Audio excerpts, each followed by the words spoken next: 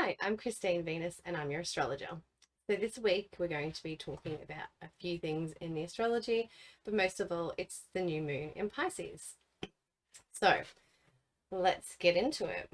So we've been talking a lot about Pisces lately, and it is the theme at the moment because we have a lot of planets there and there is a lot going on. You can see in the chart where Pisces is the little blue sign there in the middle, and there is so much going on and happening there.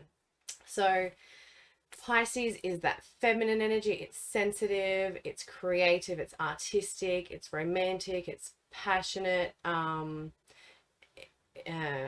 It's all about our dreams and about, going into other realities.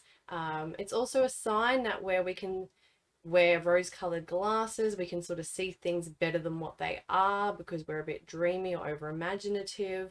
But that's where we can tap into our creativity, when we can be really dreamy and imaginative too. So there's that positive side to that.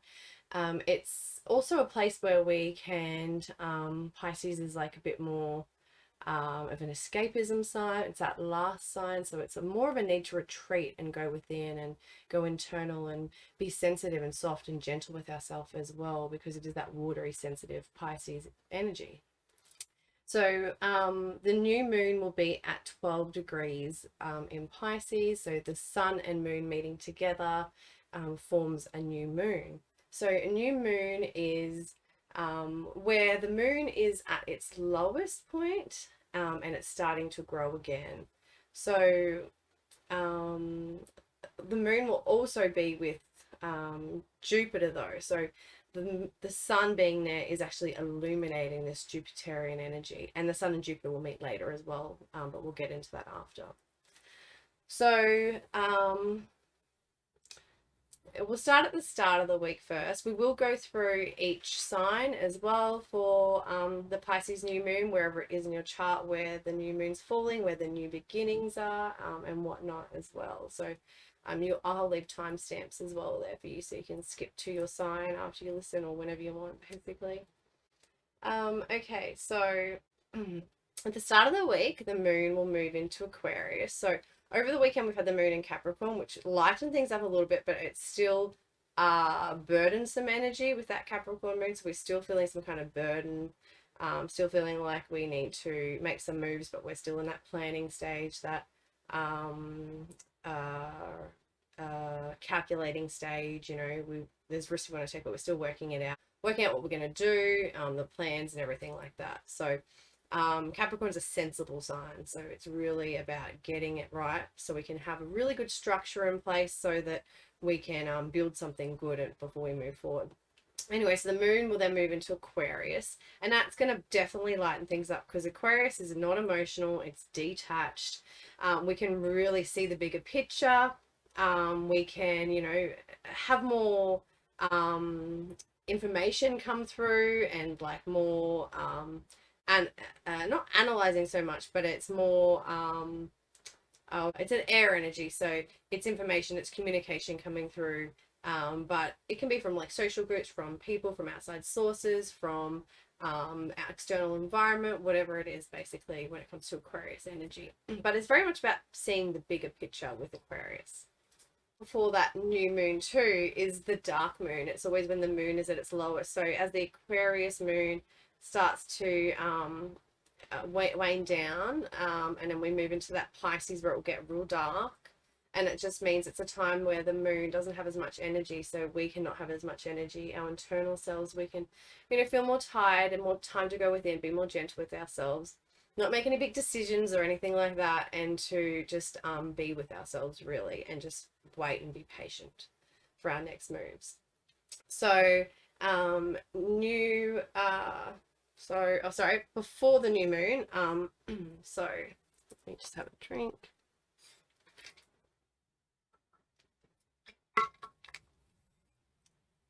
Okay.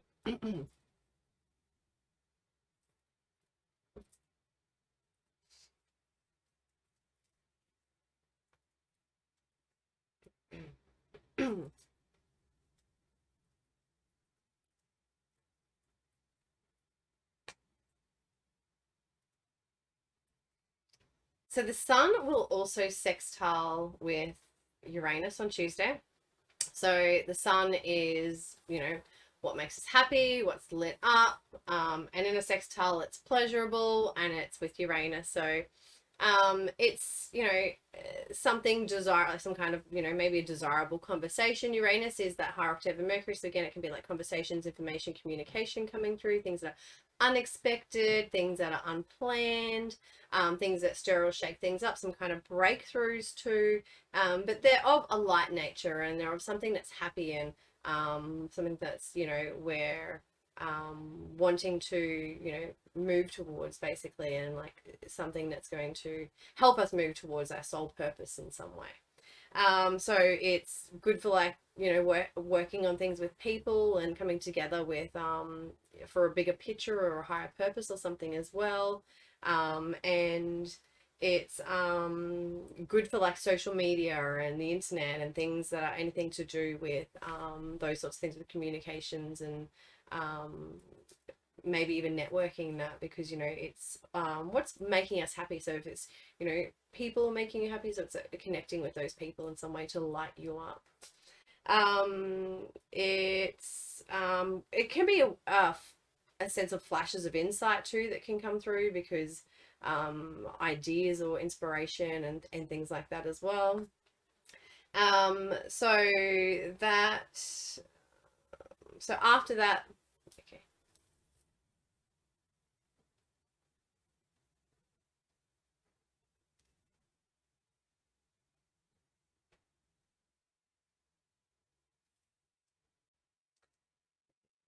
So the new moon, so we'll get onto the new moon now. So as I said, it's at 12 degrees. So look in your chart and see where 12 degrees of Pisces is, and this is where the new beginnings are. So new moons are all about new beginnings, new opportunities, new projects, new ideas coming through, new inspirations. We can start something new, basically. It's all about that beginning energy, initiating something, basically.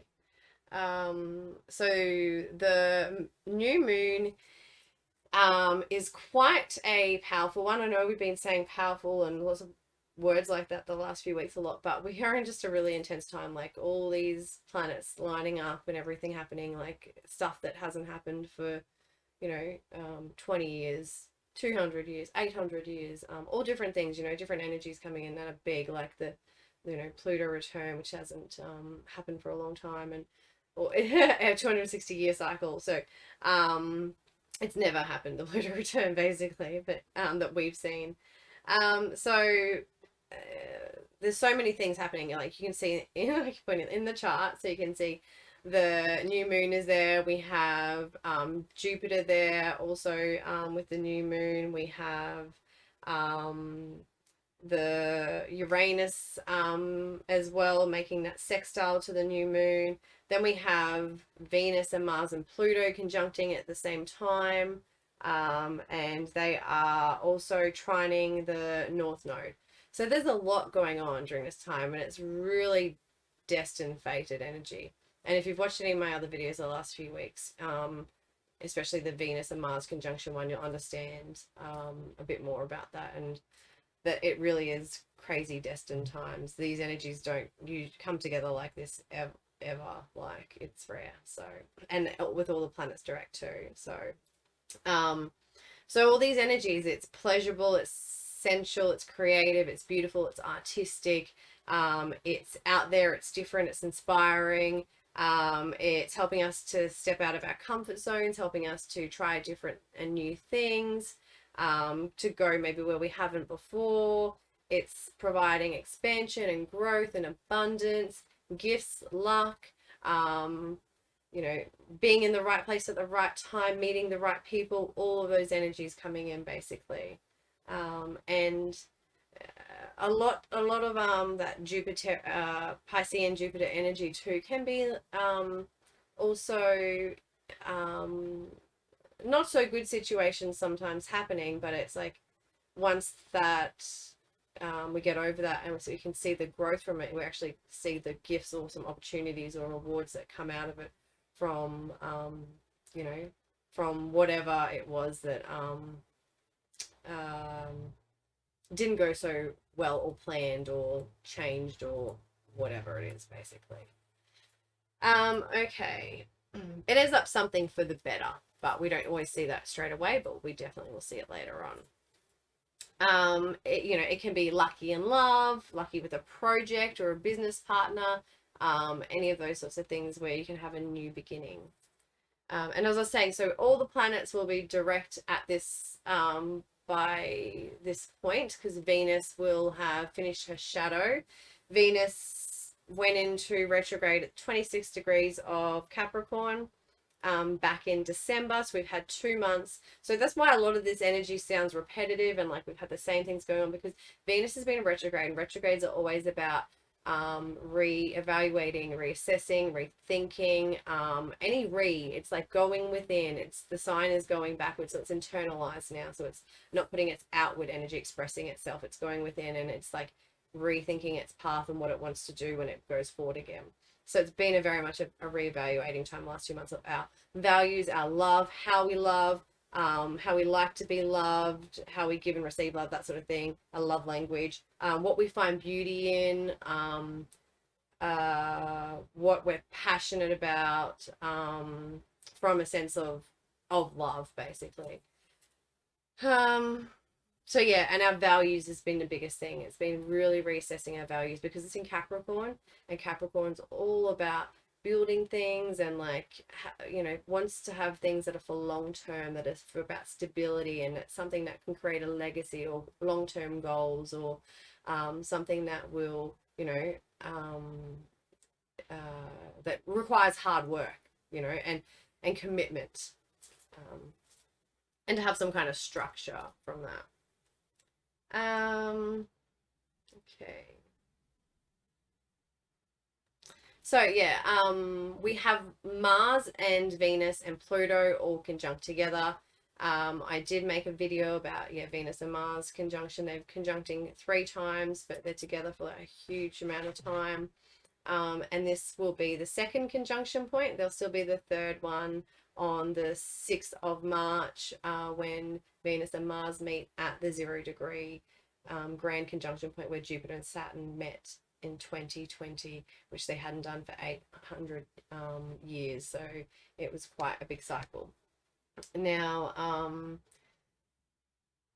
so Mars moving along with Venus now. So Venus finished its retrograde, and it's been in shadow where it's going forward now, but she's passing over where she started to go backwards originally back in December.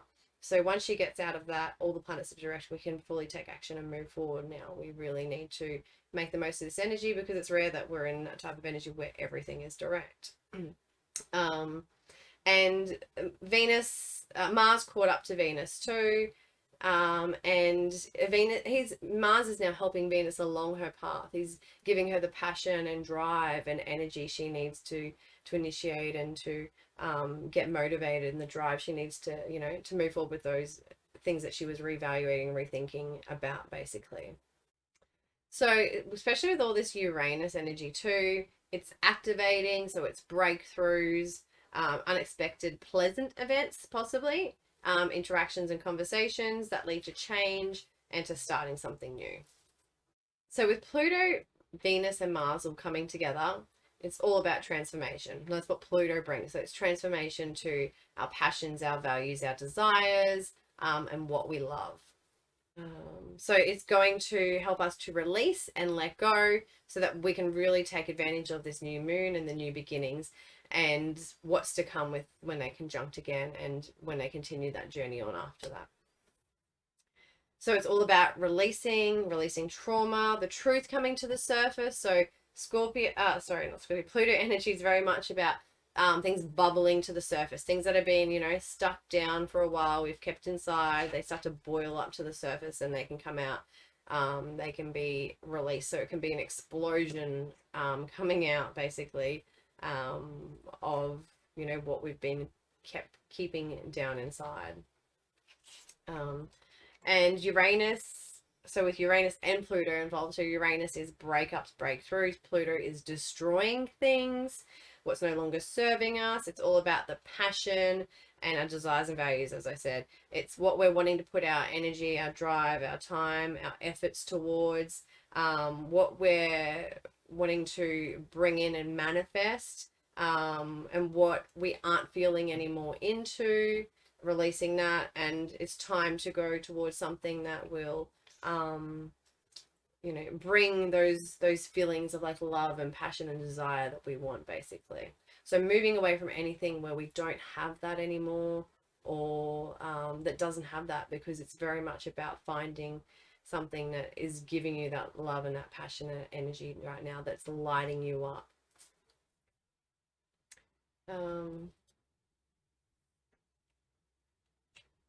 So we can really step into our power whenever Pluto's involved, because we can get real with ourselves, and we can go after what we want.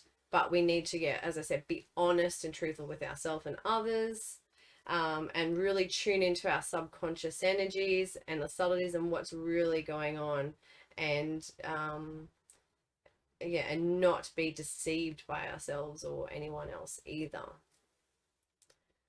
So with the trine of Venus, Mars, and Pluto to the North Node too, and that means it's in sextile to the South Node, so it's super karmic, super fated, life-changing.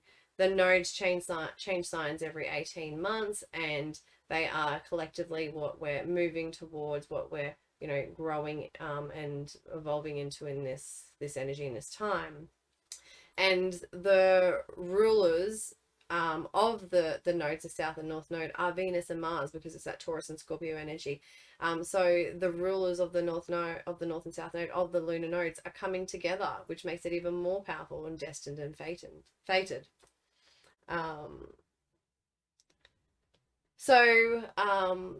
Mars will conjunct Pluto first, so it's going to, Mars and Pluto together is power and drive and sex and chemistry and it's really intense energy. It's our desires, like, and it's like our deepest, darkest desires, that sort of thing. We can have a lot more, sexual drive as well when these two are together.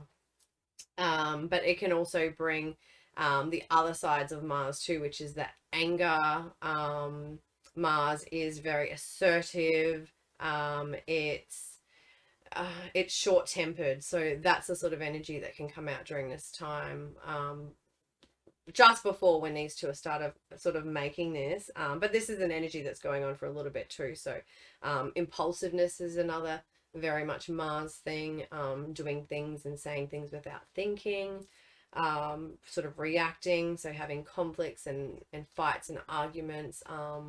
It's it's an energy where you can say things and regret it later on as well. You can't stop yourself, it just comes out, sort of thing. And can be like, come across quite rude and nasty and harsh and all that too, and we can burn bridges. So we have to be careful with that too, with that Mars and Pluto, because it's super powerful, and it can be used in good ways or bad ways. We can use it to transform and to empower ourselves, and to use that sexual energy in a really good, healthy way towards our healthy desires and passions and things like that, or we can use it in a not so good way, basically. So the Venus will conjunct Pluto exactly just after the new moon, so it's in that lead up. They're still conjunct, but it's just not that exact. But the energy is, they're still conjuncting at that same degree. It's just it's the minutes that are making the difference. So this is more intense, more intense emotional experiences too, because Pluto, like I said, brings stuff to the surface as well. But it's a very magnetic energy. Pluto is super magnetic, especially with Venus there together. But we still have to look out for power struggles as well. But we can, have better negotiation and conversations, and anything that is to do with like the feminine energy and the love and all that. It can be really transformative and healing as well. So during this new moon as well, Mercury will be conjunct Saturn. So this is a conjunction, so it can be good and bad things about it. So Mercury, you know, Mercury is our mind, it's our thoughts, it's our communications, it's our speaking, it's all those things. And with Saturn, who's all about restrictions and hard work and putting in the effort, taking responsibility, showing up, growing up, all of those things. So, you know, good for communication and contracts and agreements. We can, you know, make plans, and, you know, put these goals into place, create some kind of new structure so we can build the new beginnings, conversations that are practical and help laying out the steps needed to make those to get to our goals. We can put some practical action into place as well. It's an energy that is about planning too, planning like calculated risk. Someone in like a higher position or an authority position or something like that could share some information, or we could have some important conversations that come through, something that may, you know, require a bit more hard work, may require us to detour, to take another path, to have setbacks or delays, to but they're always for a reason. So it's like going around another way because this way is, it's better to do it this way. So we're more in integrity, in our integral self, basically. So it can, you know, halt us and stop us from doing something that's like rash and all that, like from that Mars energy, and instead do it in a proper, more respectable way. So 2 days after the new moon, the sun will meet up with Jupiter. So the sun conjunct Jupiter is quite beautiful. So there's a lot of good things about this energy and this transit. So it's really going to make us feel good. It's going to light us up. It's that sun energy, which is all about lighting us up and making us happy. And that Jupiter, positive, expansive energy, where we can feel, you know, too good maybe as well. So it's you know, we can start to see what dreams could manifest for us, or what dreams we want to manifest. Where do we want to go with them?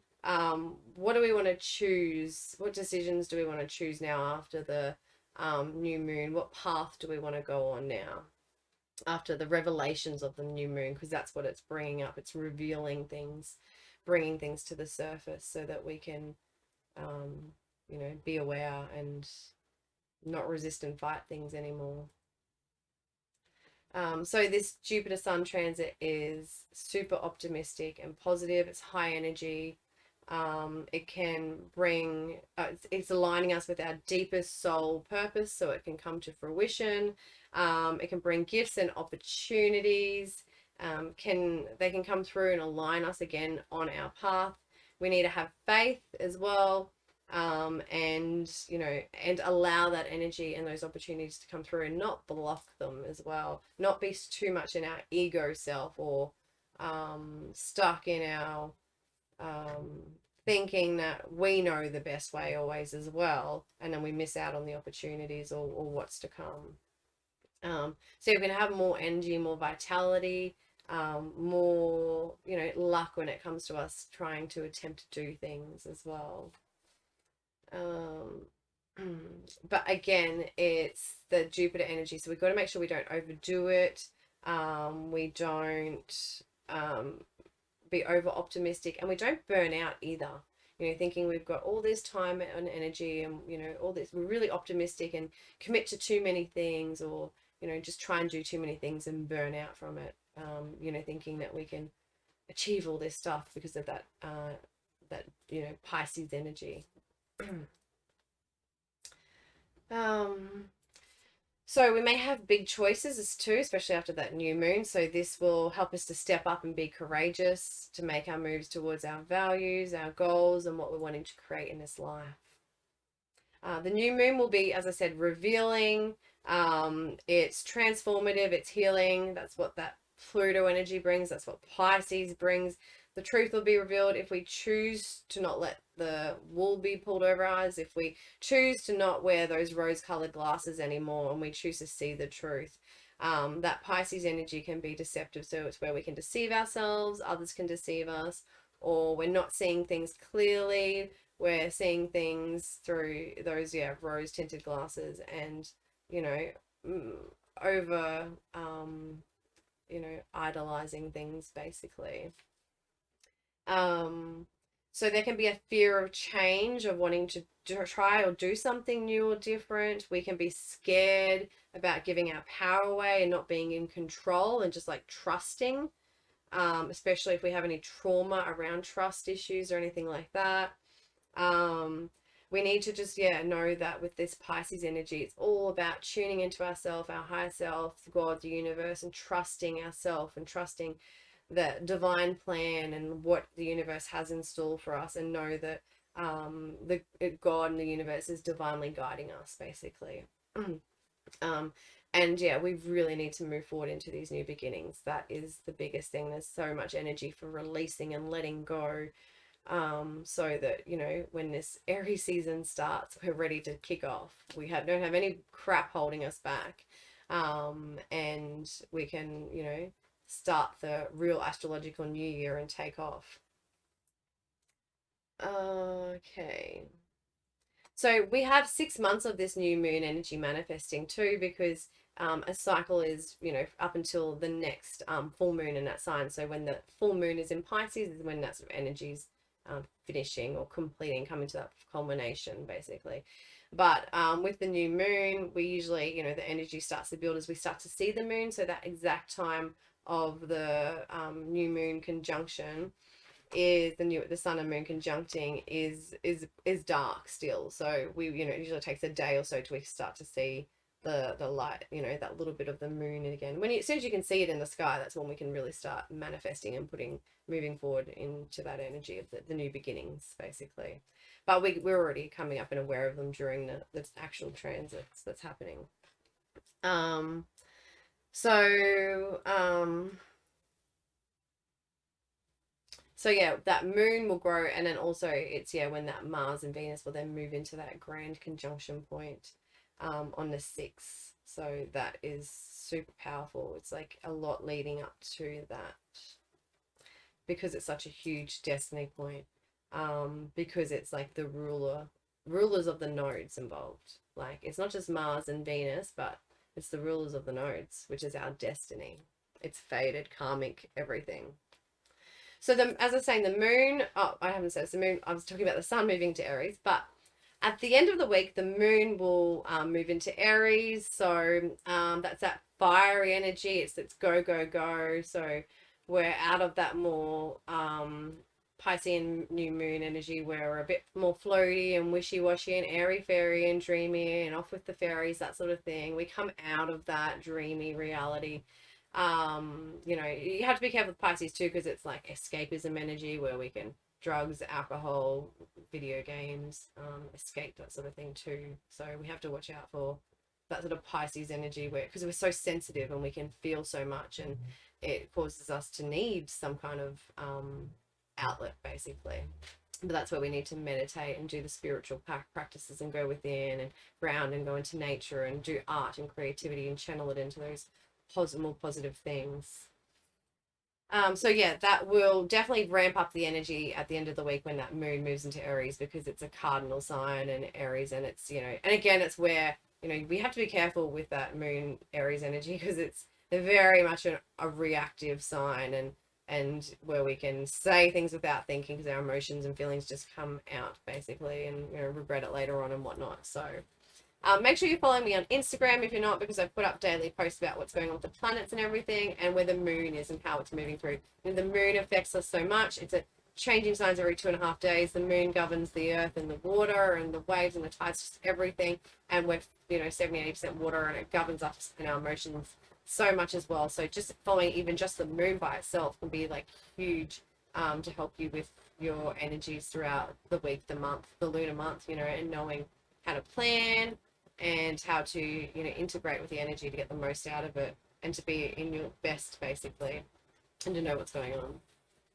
So again, so the one big takeaway thing with Pisces is all about being gentle with yourself, being soft, not being hard on yourself, it's you know, not being hard about all the decisions we have to make or the changes we have to make. Is a really big time. It's, huge cycles ending, like the Venus cycle, a 4 year Venus cycle ending. Back 4 years, sorry, 6 years, sorry, back in 2018 when Venus retrograded. This is like, you know, repeating some energy repeating up from there. Like this is huge. So, um, yeah, and back in January 2022, the energy from there. So the love energy around that time too, what was going on then, that is all, coming up now as well. So it's all being triggered. So what we're going to do now is go through each of the signs one by one. We'll start with Aries so that I don't get confused along the way what house we're at and what we're doing. And yeah, we'll go through each sign and just see where the new moon is happening for you, and where those new beginnings could be. So make sure you listen to your rising sign first, because our rising sign is the ascendant in our chart. It's what sets up and lays out a whole chart. Go to astro.com if you don't know your rising sign. You can put your details in for free, and you can pull up your chart and know exactly where this is happening for you. Now, then you can listen to your sun next, and then your moon for some more information. You can put the three of them together to get, a bit from each to sort of put the story or picture together of what's happening, but definitely the rising first, and then, as I said, sun for some more information, and moon for the internal emotional side of it, basically, how we're feeling. Okay, so let's get into each sign.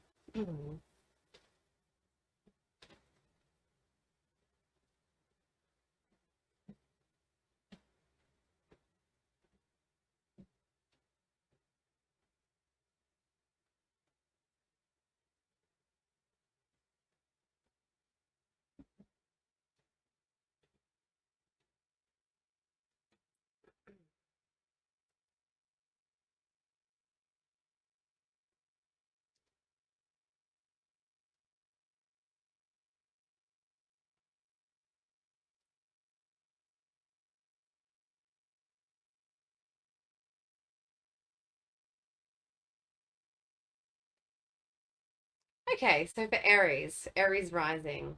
So for Aries, this is happening in the 12th house. So the 12th house is all about endings, it's loss, it's completion, it's our spirituality, it's our karma, it's our hidden sort of secrets inside. It's where we, go to retreat. It's where we can go to escape and get away as well. It's our connection with God, the universe, our higher self, basically. So you can have a new beginning, some new opportunity, something new coming in for you in here. It could be, it can be our behaviors and habits to that 12th house. It's more the self-sabotaging ones, but, we could be creating some new ones that help, move away from those old ones that were, creating turmoil for us or anything like that, especially when it comes to psychological state and our psychological turmoil and whatnot, our psychological mind.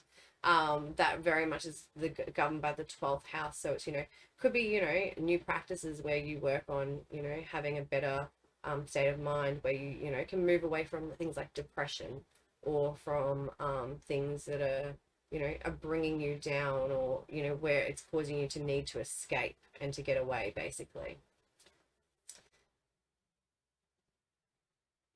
Okay, so for Taurus rising. So for Taurus rising, this new beginning for you is going to be in the 11th house. So the 11th house is all about our friendships and our social groups, communities. It's about our inspiration, the higher, bigger picture. So there can be anything new coming in for you here. So, new friends, new friendship groups or circles that you come across, and, that are life changing for you, and that are fated and destined. Like that's pretty amazing, if you can find these people that you can connect with, and that are for a high purpose, and in alignment with you. That's pretty exciting. Or it could be a group or community that you join. It doesn't have to be necessarily like, direct friends. It could be something you're a part of for the bigger, higher picture.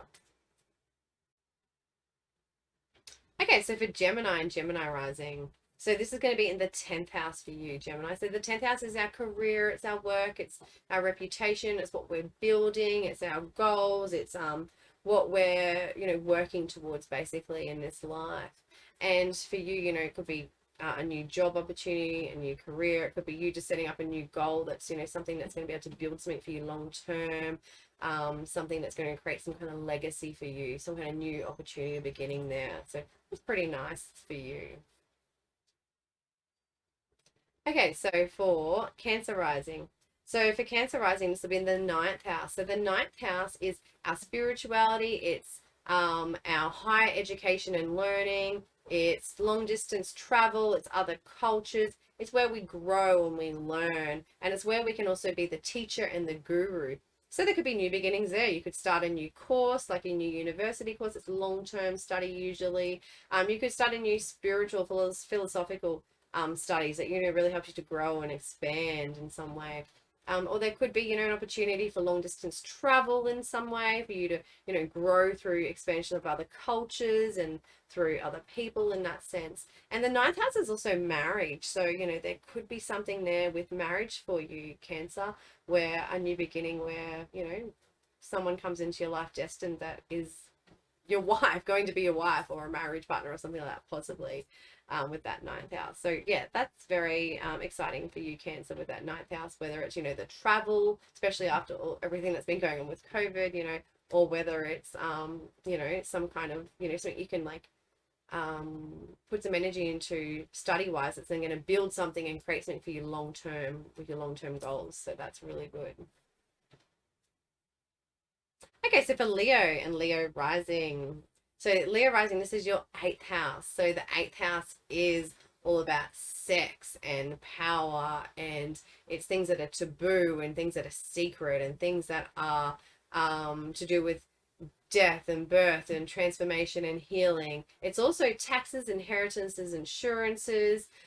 It's banks and institutions. It's other people's money, so it can be our partner's money. So there can be any kind of new beginnings and new opportunities here for you. So your partner could get a new job, which means new resources, finances for you together. It could be you start some kind of new practice that allows you to go deep within and transform yourself and do some kind of healing practice or something like that. It could be a new investment opportunity that comes up, some kind of new something you invest in, or do something with banks with, or money, or something like that as well, where you're looking after other people's money and finances. There could be something with that, and again, it could be something with sex and with like things that are to do with power struggles, or you now newly stepping into your power of who you are, and being able to really fulfill your truths, because that's truth coming up to the surface too. 8th house as well, because the secrets, our true deepest darkest secrets, coming out. It's about death, birth, and transformation and healing too. So any new beginnings there, where we need to release and just transform into something new, basically. Okay, so for Virgo and Virgo rising, so this for you is going to be in the 7th house. So the 7th house is our relationships, our business partnerships, our one-on-one connections, basically. It's our relating with others. It's new beginnings, new opportunities there. So it's basically speaks for itself. So hopefully, there's a new relationship, and if you're already in a relationship or a current business partnership and that's not ending for you, it can be a revival, renewal of that, some new beautiful energy coming in, where you do something new together, or start something new, or something in a part of that current contract, business partnership, relationship gets a refresh or a renewal in some way. Okay, so for Libra rising. So for you, this is going to be in the 6th house. So the 6th house is our career, because it's what we do on a daily basis. But if that's not what you do, if you were going to uni, it'd be whatever you're doing on a daily basis. It's our daily routines, it's our health, it's our fitness, it's our well-being, it's our co-workers as well. It's whatever we are putting our day-to-day energy into. It can be our organization, what we're, you know, organizing and doing. So you come up with some new way to like organize your house or organize something, or your workplace or whatever. There could be a new job or work opportunity or something that comes up. There could be something, you know, where you start a new fitness regime or diet or something like that, and you start eating better. It could be, you know, new co-workers coming into the workplace or something. Any of those sorts of things for you, Libra. Okay, so for Scorpio, Scorpio rising. So for Scorpio, this is going to be in the fifth house. The fifth house is love and romance and creativity and what we're passionate about. It's children. It's where we play, basically. It's our hobbies. So, you know, new beginnings, new opportunities, and any of those things is quite exciting for you with them. So new romance, a new love coming in. It could be a a new hobby or something that you know start to do or something. Something to do with children that's a new beginning or new opportunity, anything like that for you.